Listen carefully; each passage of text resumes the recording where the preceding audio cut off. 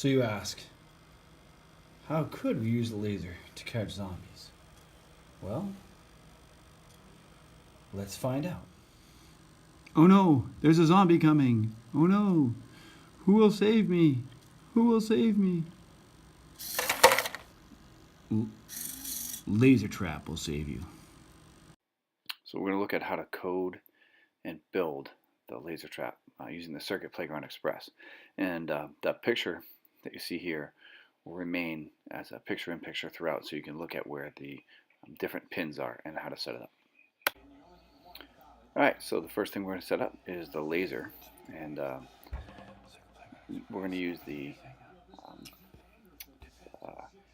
3.3 volts and the ground pins to do this. It's a pretty simple, straightforward setup. So the first thing I'm going to hook up is the ground, and always set up the ground first and use a black wire. Even though the wire colors don't matter in terms of what they do, um, black is always good for ground, and then you can keep track. The red wire goes to 3.3 volts, and then we're going to attach both pieces to the laser. So again, doing the ground first, attach an alligator clip to the blue wire, which is the ground on the laser, and the red wire to the from the 3.3 volts to the red wire of the laser. Obviously it's not working yet, and that's because we don't have any power. So I'm going to plug the Circuit Playground Express into the USB, connect to my computer, and voila, the laser will come on. It's worth noting that the 3.3 volts is always on when the Circuit Playground Express is plugged in. Also note that the lights are green, which will be important in a few minutes. That's how we know that the Circuit Playground Express is ready to be coded. Okay, now I'm going to hook up the servo motor, and you'll notice that the servo motor is a little trickier because it has 3 wires. It has a black, red, and a white. The white wire is used for data, and then the black and the red go to ground and 3.3 volts, just like we did before. And again, in this case, it's good to line up the wires the same color.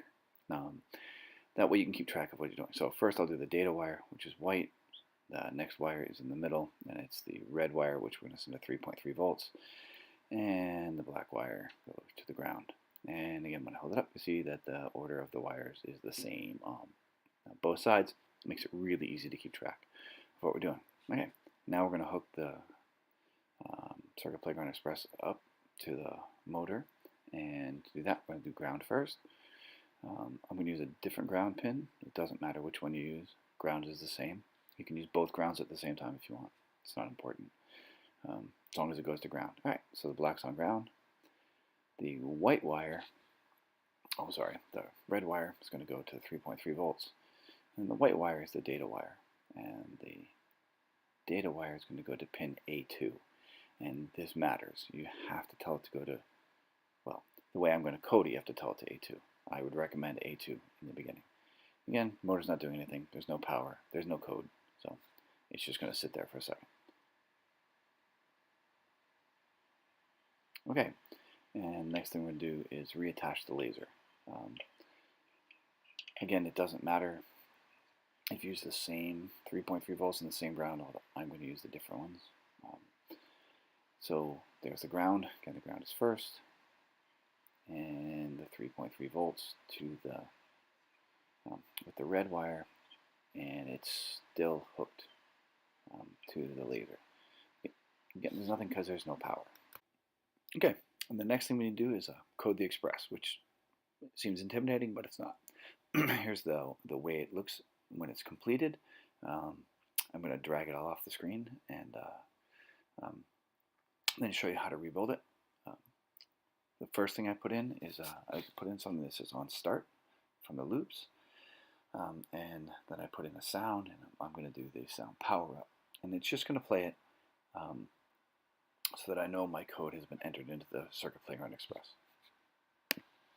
Okay, the next part is to actually have the Circuit Playground Express read the amount of light that's shining on it. So I'm going to go to input and drag the amount of light that it reads. Notice that it doesn't like two saying dark, so I'm going to switch one to say light. So it'll do one thing when the laser's shining on it and something else when the laser's not shining on it. Alright, now it's time to move down to the advanced pins, or the advanced section with the pins, where we're going to tell the motors what to do.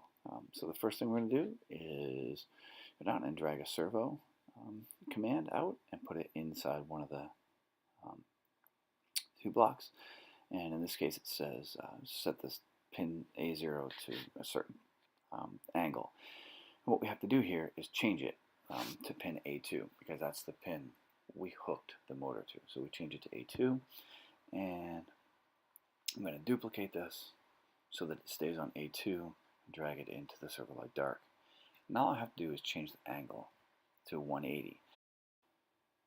And then, just so that I can see what's happening with the trap, I'm going to add in some light. And the first thing I'm going to do is add, turn all the pixels to a particular color when the trap is on. So it's green. Set it to green when the trap is armed. Then I'm going to duplicate that, drag it over, and then I'm going to change the trap has been triggered to red. And okay, the next step is to get the code onto the Circuit Player Express. So you download it by clicking the big download button. It shows up in your downloads. The thing you have to do next is click the little button in the middle of the Circuit Player Express. It'll turn green, and when you do that, you'll get that drive right there. And that drive is your Circuit Playground Express. You drag your downloaded code onto it. It should then play the sound that you expect it to play, and start running the code. It's not too tricky. Right. I have the reset button pressed, which you can see because the green lights are on. I'm now going to drag the code onto the Express, and when I do so, I should hear the sound like this, and then the code should start running. And you can see if I block the laser with the pen, the trap indicates it's on or off, and you can see near that the motor is turning as well. So that's the beginning of the trap. I'll leave the rest to you to decide how you want to install it or how you want to use it.